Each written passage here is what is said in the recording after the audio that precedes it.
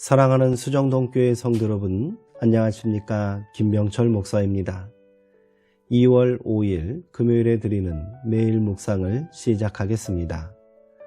오늘 부르실 찬송가는 364장 내 기도하는 그 시간입니다.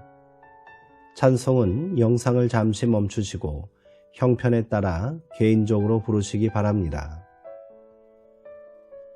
하나님의 말씀은 마태복음 6장 5절에서 8절까지 말씀입니다. 신약성경 7쪽에 있습니다. 이제 제가 하나님의 말씀을 강독하겠습니다. 이것은 하나님의 말씀입니다. 하나님의 말씀에 경청하시기 바랍니다. 또 너희는 기도할 때에 외식하는 자와 같이 하지 말라. 그들은 사람에게 보이려고 회당과 큰 거리 어귀에 서서 기도하기를 좋아하느니라. 내가 진실로 너희에게 이르노니 그들은 자기 상을 이미 받았느니라. 너는 기도할 때에 내 골방에 들어가 문을 닫고 은밀한 중에 계신 내 아버지께 기도하라. 은밀한 중에 보시는 내 아버지께서 갚으시리라. 또 기도할 때에 이방인과 같이 중언부언 하지 말라. 그들은 말을 많이 하여야 들으실 줄 생각하느니라. 그러므로 그들을 본받지 말라. 구하기 전에 너희에게 있어야 할 것을 하나님 너희 아버지께서 아시느니라. 아멘. 너는 기도할 때라는 제목으로 묵상 말씀을 나누도록 하겠습니다. 중세시대에 한 목동이 세례를 받으려 했으나 주기도문을 라틴어로 외울 수가 없었습니다. 그러나 그가 수많은 양들의 이름을 정확히 외우는 것을 본 신부가 양의 이름을 주기도문의 단어들로 바꿔주자 목동은 순식간에 기도문을 줄줄이 외웠습니다. 드디어 세례받던 날 여러 사제들 앞에서 목동은 주기도문을 외워나갔습니다. 그러나 이게 웬일입니까? 그는 나라가 임하옵시고 라는 대목에서 그만 나라를 빠뜨리고 만 것입니다. 다시 반복해 보아도 마찬가지입니다. 화가 난 지도 신부가 소리쳤습니다. 이복에 나라는 어디 갔는가? 그러자 목동은 눈물을 글썽이며 대답했답니다. 신부님, 나라는 어젯밤에 그만 늑대에게 물려갔습니다. 흔히 주기도문을 예배 마감 신호처럼 여겨 형식적으로 따라하거나 심하면 무슨 신통력을 지닌 주문으로 여기기도 합니다. 그러나 조심해야 합니다. 주기도문은 바로 그러한 형식적이고 주술적인 기도를 경계하시면서 예수님께서 직접 가르쳐 주신 참된 기도이기 때문입니다. 예수님께서는 위선자들처럼 기도하지 말라고 하셨습니다. 위선자들은 주로 바리새인들을 가리키는데 그들은 자신들을 구별하고 다른 사람들에게 보이려고 기도를 형식화했습니다.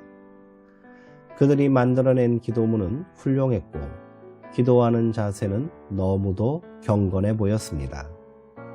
그들은 기도를 의무화했고 그 의무를 넘치도록 실행했습니다. 이만하면 훌륭하지 않습니까? 그러나 예수님께서는 그들의 기도의 위선과 허위를 갈파하셨습니다. 그들의 기도는 실상 하나님이 아니라 사람을 향해 있었기 때문입니다. 또한 예수님께서는 이방인들처럼 기도하지 말라고 하셨습니다. 기도를 신들을 감동시키는 기술이라고 생각하여 온갖 찬사와 아첨으로 가득 채운 헬라 시인과 철학자들의 기도는 인간은 물론 하늘의 무신들도 꼼짝 못하게 사로잡을 만했습니다. 그러니 그 현란한 아첨 기도에 인간 신인 황제의 간장도 흐물흐물 녹을 수밖에 없었지요. 한편 로마 세계의 변방각처에서 올라온 토속 종교들은 기도를 마술적 주문으로 여겼습니다. 주문 자체가 신통력을 발휘한다는 것이지요. 그러나 예수님께서는 이렇게 중심이 없는 아첨과 빈말의 기도를 경계하셨습니다. 어떻게 기도하느냐는 것은 결국 어떻게 사느냐는 문제입니다. 기도는 신앙생활의 한 방편이 아니라 전 신앙의 문제요, 전 삶의 문제입니다. 주기도문은 하나님의 뜻과 나라를 구하며 우리를 세워나가는 우리의 기도입니다. 주기도문은 무엇보다도 예수를 따르는 자들의 기도입니다. 우리는 어떻게 기도하고 있습니까? 우리는 지금 무엇을 따르고 있습니까? 예수님께서 가르쳐 주신 기도 방법은 크게 세 가지를 주의하라는 것입니다. 첫째, 외식하는 기도를 하지 말라는 것이지요. 외식적인 기도란 무엇일까요? 남에게 보이려는 기도입니다. 자기의 종교적 열심과 경건함을 자랑하는 기도입니다. 둘째, 골방에 들어가 은밀하게 기도하라는 것입니다. 은밀한 기도란 또 무엇일까요? 진실한 기도입니다. 아무도 보지 않는 곳에서 오직 하나님만 바라보며 가식 없는 정직한 기도를 드리는 것입니다. 셋째, 중언부언하는 기도를 하지 말아야 합니다. 중언부언하는 기도는 믿음이 없는 기도요, 자기 뜻을 관철시키려는 욕망의 기도입니다. 하나님을 향한 신뢰와 믿음이 없기에 말을 많이 하는 것이지요. 그러면 어떻게 기도해야 옳은 기도가 될까요? 예수님은 그러므로 너희는 이렇게 기도하라고 말씀하시며 모범적인 기도문을 알려주셨습니다. 그것이 바로 우리가 잘 알고 있는 주기도문입니다. 교회가 이를 귀히 여기고 암송하는 것은 잘한 일입니다.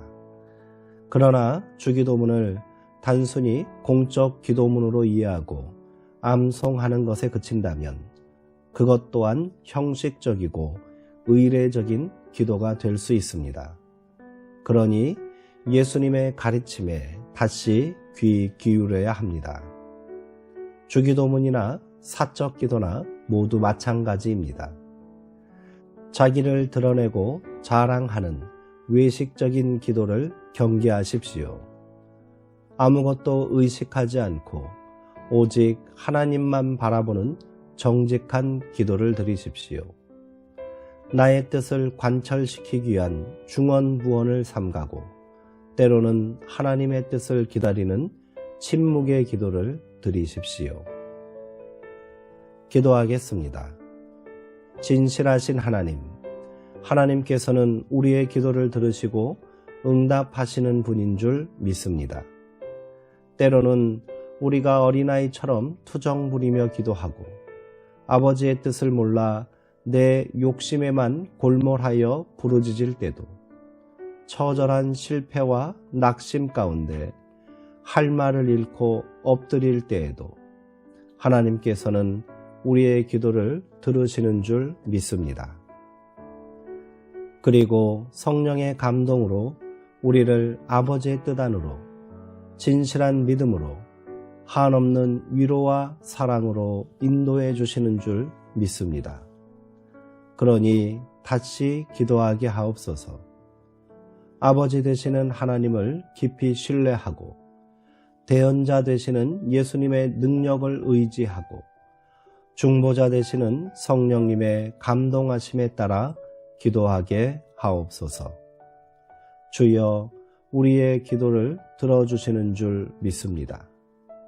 아버지의 선한 뜻 안에서 가장 좋은 때에 가장 좋은 방법으로 응답하여 주옵소서.